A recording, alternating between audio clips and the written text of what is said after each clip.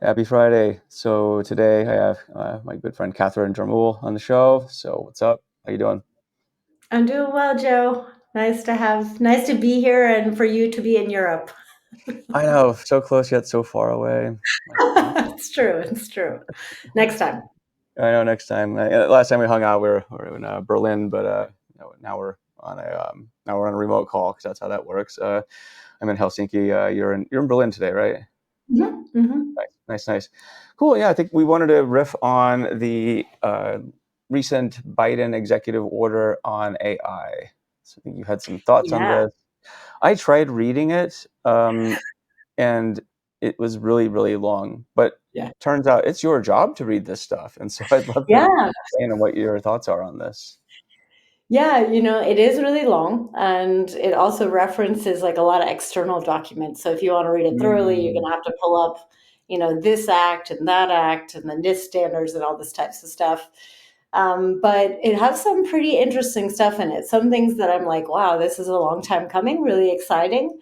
And other things that are like, I don't know how that's going to go. So what do you want to start with? You want to start with the cool stuff or the question mark?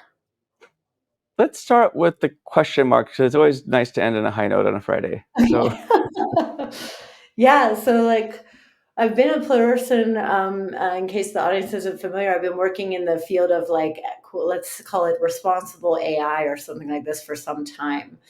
And obviously, a big motivation, I think, even in the intro to the executive order, is how do we create human rights, responsible, privacy aware AI, and how does the government support that?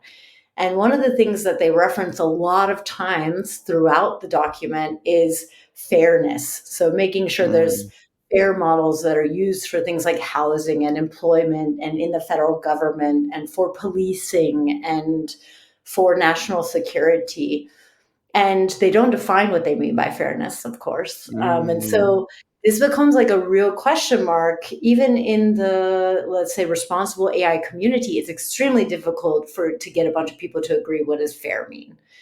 And secondly, sometimes the question that we have for responsible AI isn't that it's fair, it's is the use of this even appropriate?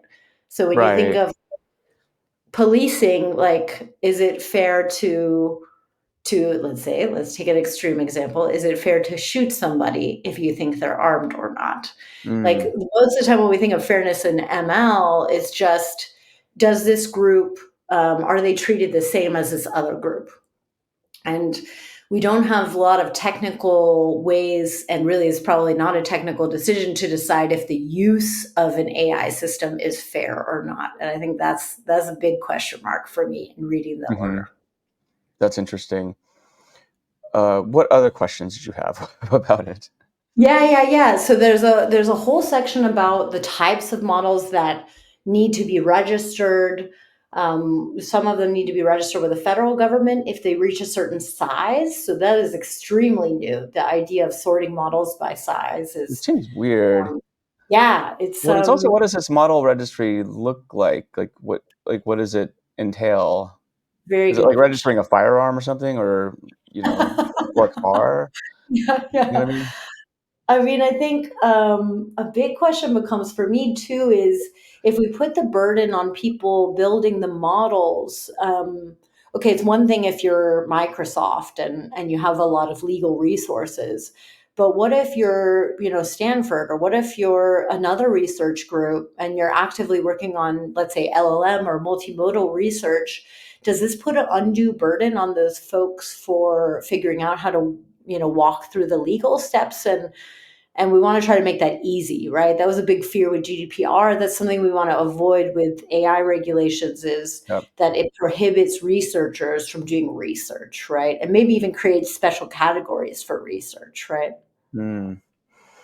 The biggest question mark I had is just enforceability of a lot of this stuff. As I was reading through some of it, I had questions about just. I mean, I think it was the intention was mostly good, I would say. But the one problem is it's an executive order, so it doesn't really carry a lot of backing. Like basically, by next election cycle, if a new president is around, that AI You could act just, or you know, it might just be gone, right? And so then what? So I guess if you're a company, is it better just to wait this out until you have the next president so you kind of understand what's happening? Yeah, yeah, Well, yeah. so I mean, because I could make a good case that if you're a lawyer, you're going to want to just kind of punt on this maybe for a bit. It's great that the administration said, yeah, you have to do all this. And it's like, well, yeah, but you might not be president next year either. So do I need to Mhm. care about this? Very good point. And I think it was really interesting reading through the text, like verses. I read a lot of takes first before I read the text. Then I read the full text. And the full text calls for a lot of funding on and a lot of calls to action for different agencies to develop standards, to develop assessments, to develop ways of talking about this, and to build in-house AI expertise, so to say, in the federal government. And that's actually some of the stuff that I thought was really cool, because a lot of the executive order is not actually, this is what we have to do. Right. It's like, we should maybe work on setting standards. We should work on setting frameworks. We should get more people who know about these things working in government and advising government. And I thought that was actually really cool, including Yeah. money, like active money for research institutions, for other people that are working on, let's say, privacy enhancing technologies. There's a special call out for building that expertise and funding that expertise, which is pretty cool, in my opinion. That's awesome. So some of that Yeah. may happen regardless of if somebody strikes this executive order next year, Right. because a bunch of them are like, within the next year, we're going to build standards around this thing. Within the next year, we're Mhm. going to try to fund this stuff. Within the next year, we're going to try to build research opportunities. And some of that might happen regardless of who's president. Let's hope so. And then I guess what are the good parts? So what are the highlights, the things you're like, wow, this is so cool. Yeah, one quick other, like, part that's question mark for me is there was Yep. some commentary in it around, releasing models without guardrails, and, for anybody that's worked in ML for any amount of time, the ability to, release a model even with sufficient guardrails is hard enough. Yeah. There's always gonna be ways to, let's say, jump the guardrails, and trying to figure out even what the guardrails are is hard enough. And I think that that's like putting a prohibition on releasing models. And I think for research Mm, sake, we want open model development, but we also maybe want transparency to understand how were models trained, what data, and so on and so forth. So maybe more err on the side of openness of how things are working rather than trying to shut down openness of mhm. models. But some other cool stuff. So, like, obviously, I'm a privacy person. There's a whole section on privacy. There's a lot of commentary on privacy. It was really amazing to start to read terms like differential privacy, which is an anonymization or a rigorous way of evaluating anonymization criteria. It was really cool to see that, like, in a US document. Usually, I only read those things in Europe, and that was pretty cool. So it's definitely like a time where the government is starting to call into action. Like, maybe we need to think about privacy, and if we're going to build Yeah. AI systems for the federal government and for what they call critical infrastructure, we need to think about how we use person-related data, which is, of course, Mhm. really cool. And then obviously they're going to try to work on transparency and safety of Yeah. AI systems, even third-party systems used in critical infrastructure in the federal government. So just so people know, critical infrastructure is also like roads and communication networks and water systems and the whole gamut. So it hits a lot of areas. And finally, they also talked about building education systems for workers who might be displaced by AI systems, That's a big one. creating new jobs in AI systems, which I thought was really cool, including Mhm. a whole section on like making immigration easier for people who are highly qualified and who are working in things like AI and privacy and other things like this, which I thought that was a nice thing. Yeah, and I'm looking at the site for there's a new AI.gov site, right? So the blueprint for Mhm. an AI Bill of Rights, the NIST AI risk management framework, company commitments, national AI and R&D strategic plan. So I think that's interesting too, because they're invoking a lot of national security stuff that you typically invoke during a national emergency. So there you go. So- and then also it's interesting because you can apply to join what they call the National AI Talent Surge. So you can the federal government is rapidly hiring to build and govern AI to fulfill the priorities set forth by the Biden-Harris administration. I'm just reading off the site. So if you want a job, you can go work with. Let's see what kind of jobs they have. Actually, it's pretty interesting. So a lot of math, statistics, comp sci. These are actually pretty old jobs anyway. But if you want to go, here's any career path.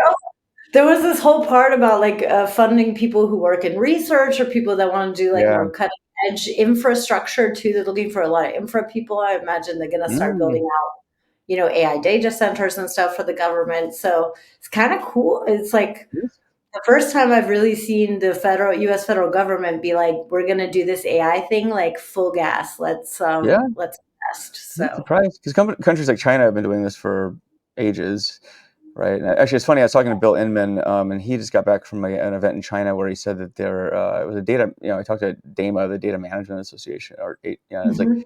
1,000 people were at this event. I mean, at most DAMA events I've been at, you can barely get maybe not even 100 to show up, and 1,000 plus. And Xi Jinping, actually, the president of China, said that the data management was one of the national priorities, which is kind of Yeah, crazy. yeah, investment in like more and more, I think chip industry. So like obviously Yeah. that's been a huge conversation and hardware industry and then data center industry. I mean, this stuff is gonna really change if it goes on a country by country basis, like how to invest in this stuff. And I think the what Biden is also saying a lot in this executive order is that the investment in AI and data centers and chips that run AI is going to be a high priority for the administration going forward. Let's hope so. It's you kind of need those things to make it all work. So, Obviously, yeah. well, awesome. Well, yeah, fun chat. For people who want to find out more about you or your wonderful book, by the way, you should probably give that a plug too. So, Yeah, yeah. So my book is called Practical Data Privacy. It's on exactly these things, so privacy enhancing technologies and privacy and machine learning systems. And yeah, I run a little newsletter called Probably Private. So if you want to it's good. stay up to date, you can go to probablyprivate.com. Awesome. Well, thanks, Catherine, and Thanks, have a good Joe. weekend. Yeah, we'll connect in Europe Oh, one of these times. So, yes, come back to Berlin. it'll be a lot of fun. All right, take All care. right. Yeah. Ciao.